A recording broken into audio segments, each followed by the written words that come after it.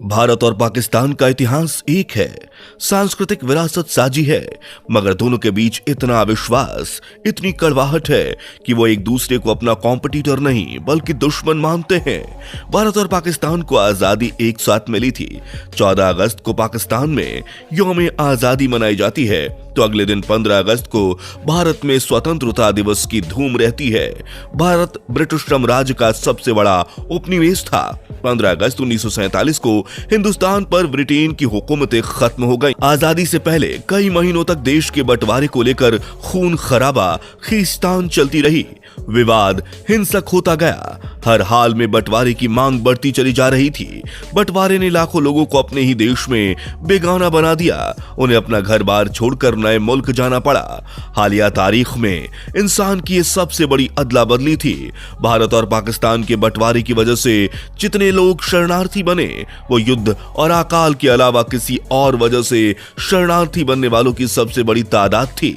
दोस्तों, आपको बता दें कि भारत को आजादी मिलने का काम एक ही रात में नहीं हो गया था, बल्कि इसके लिए सालों से प्रक्रिया चल रही थी, जो आखिर में 1947 में 15 अगस्त की तारीख के बाद भी चलती रही थी। इससे पहले कई योजनाएं बनी जिसमें भारत की आजादी का ताना बाना बुना गया। इनमें से 3 जून की प्लानिंग काफी महत्वपूर्ण थी, क्योंकि यही वो दिन था जब यह तय हुआ था कि 15 अगस्त 1947 को भारत को आजादी मिल जाएगी। और इस बीच मोहम्मद अली जिन्ना के नेतृत्व में पाकिस्तान की मांग भी जोर पकड़ने लगी थी, और इसलिए यह भी तय हुआ कि अब भारत और पाकिस्तान का बंटवारा कर दिया जाएगा। लेकिन ऐसे में सबसे बड़ी समस्या ये थी कि बंटवारा कैसे किया जाए, किन किन चीजों को दोनों देशों के बीच बांटा जाए। 2 देशों को बांटना कोई आसान काम नहीं था, क्योंकि यहाँ बर्तन भांडे नहीं बल्कि जमीन से लेकर आसमान तक का बंटवारा होना था। गांव में अगर 2 भाइयों के बीच बंटवारा किया जाता है तो गांव के मुखिया ये काम करते हैं, लेकिन इस विशाल देश को बांटने के लिए एक नहीं बल्कि 2 लोगों को इसकी जिम्मेदारी दी गई। इस काम के लिए 2 अधिकारियों को नियुक्त किया गया, जिनके नाम थे एच.एम. पटेल और चौधरी मोहम्मद अली। इन दोनों ने अपनी टीम के साथ मिलकर बंटवारे का प्रारूप तैयार किया। इसके लिए इन दोनों अधिकारियों के पास अलग अलग जगह से रिपोर्ट भेजी जाती थी, और ये रिपोर्ट इनके नीचे काम करने वाले कई छोटे बड़े अधिकारी इन्हें भेजा करते थे।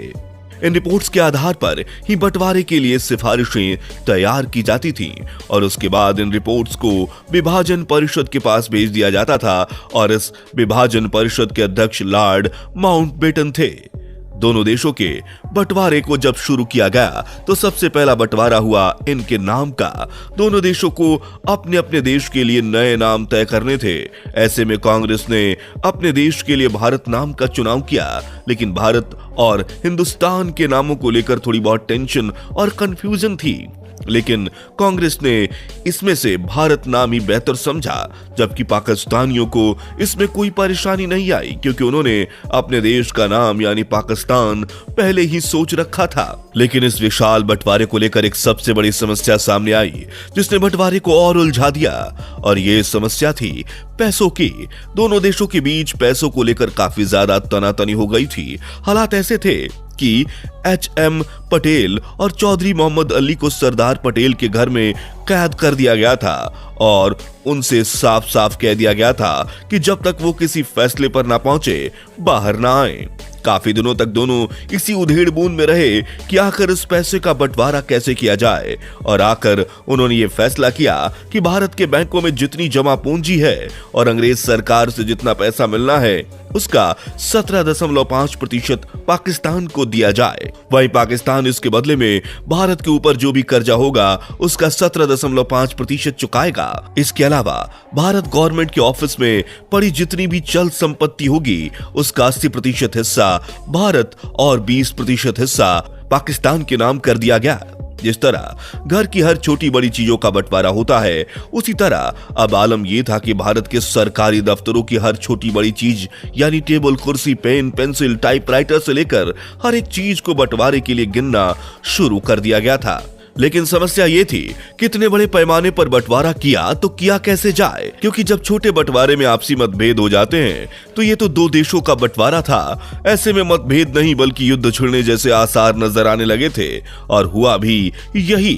खून खराबा शुरू हो गया था, लोग आपस में लड़ने लगे थे, हर एक चीज पर अपना अपना अधिकार जमाया जा रहा था। ये तेरा और ये मेरा वाली चीज शुरू हो गई थी, सब कुछ बांटा जा रहा था। लेकिन ऐसे में एक चीज थी जिसके बंटवारे पर दोनों देशों में किसी को कोई ऐतराज नहीं था, वो थी शराब। जी हाँ, जितनी भी शराब थी वो भारत के हिस्से में आई और उस शराब के बदले जितना भी धन था वो पाकिस्तान को दे दिया गया था। जैसे ही हमने शुरुआत में बताया कि ये बंटवारा जमीन से लेकर आसमान तक का था, तो दोस्तों सड़कों से लेकर रेलवे लाइनों का भी बंटवारा कर दिया गया, जिसमें भारत को 18,077 मील लंबी सड़क में से 4,913 मील की सड़कें मिली और 26,441 मील की रेल लाइंस में 7,112 मील की रेलवे लाइन पाकिस्तान के नाम कर दी गई।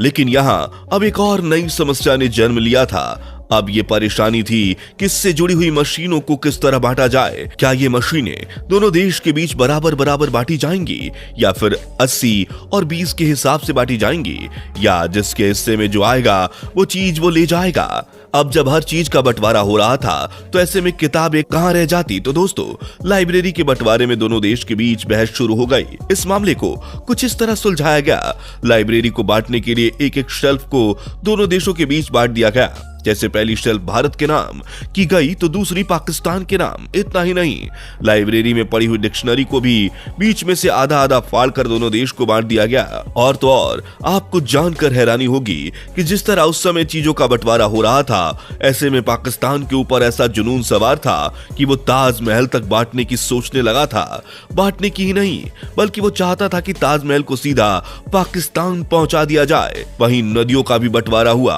और ऐसे में भारत चाहता था कि सिंधु नदी भारत के हिस्से में आए, क्योंकि भारतीय इसे पौराणिक नदी मानते थे।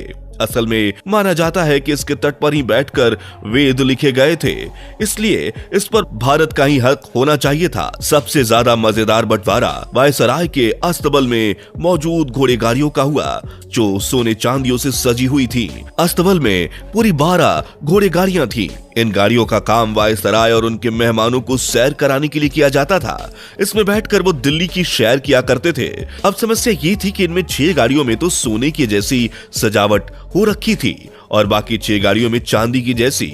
अब इसमें बंटवारा कैसे किया जाए? तो दोस्तों इसके लिए सिक्का उछाला गया और सिक्का उछालने के बाद जो रिजल्ट आया उसमें भारतीयों के चेहरे खिल गए, क्योंकि भारतीयों के हिस्से सोने जैसी सजावट वाली गाड़ियां आई। लेकिन एक डिपार्टमेंट ऐसा था जिसको बांटने के लिए भारत ने साफ साफ इनकार कर दिया। जी हाँ, भारत ने अपने इंटेलिजेंस डिपार्टमेंट को किसी भी कीमत पर पाकिस्तान को देने से इनकार कर दिया। वहीं अगर दोनों देशों की करेंसी की बात की जाए तो पाकिस्तान के नए देश बनने के बाद यहाँ की करेंसी भी नई छपी, लेकिन क्योंकि भारत में एक ही प्रिंटिंग प्रेस थी, इसलिए उस समय भारत के इस प्रिंटिंग प्रेस को पाकिस्तान के साथ शेयर करने से साफ मना कर दिया था और इसलिए पाकिस्तान ने भी भारत की करेंसी में अपना स्टैंप लगाकर कुछ दिनों तक अपना काम चलाया था। अब बारी आई इस बंटवारे के सबसे अहम बंटवारे की, यानी देश की सेना के बंटवारे की, जिसमें तय होना था कि सेना में काम करने वाले हिंदू या फिर मुसलमानों को हिंदुस्तान की आर्मी ज्वाइन करनी होगी या पाकिस्तान की। यह समस्या काफी गंभीर थी और पाकिस्तानियों के लिए काफी मुश्किल फैसला था, क्योंकि इन्हें अपना मुल्क छोड़कर दूसरे देश जाना पड़ रहा था। ऐसे में कई देशभक्त मुसलमानों ने भारत को अपना देश मानकर देश के लिए फौज में रहना स्वीकार कर लिया, जबकि दूसरे मुसलमानों ने पाकिस्तान जाना तय किया। हालांकि ऐसे में हिंदुओं और सिखों के लिए कोई समस्या नहीं थी। तो दोस्तों जिस तरह से यह बंटवारा हुआ उसका जख्म आज भी नहीं भरा है। उस दौरान भड़की हिंसा के लिए किसी के खिलाफ कोई कार्रवाई नहीं की गई, किसी को जिम्मेदार नहीं ठहराया गया। दोनों संप्रदायों के बीच मेल मिलाप की कोई कोशिश नहीं की गई। यह इंसानियत की तारीख की सबसे बड़ी त्रासदियों में से एक थी। लेकिन बंटवारे के वक्त जो भी हुआ उस पर दोनों ही देशों ने खामोशी अख्तियार कर ली। किसी ने भी पूरा सच न जानने की कोशिश की, न किसी को बताने की। दोस्तों उम्मीद है आपको हमारी ये जानकारी पसंद आई होगी और आपको भी आज पता चल गया होगा कि भारत पाकिस्तान के बीच का बंटवारा कितना मुश्किल भरा था। तो अगर आपको हमारा आज का टॉपिक पसंद आया तो कमेंट करके जरूर बताइएगा।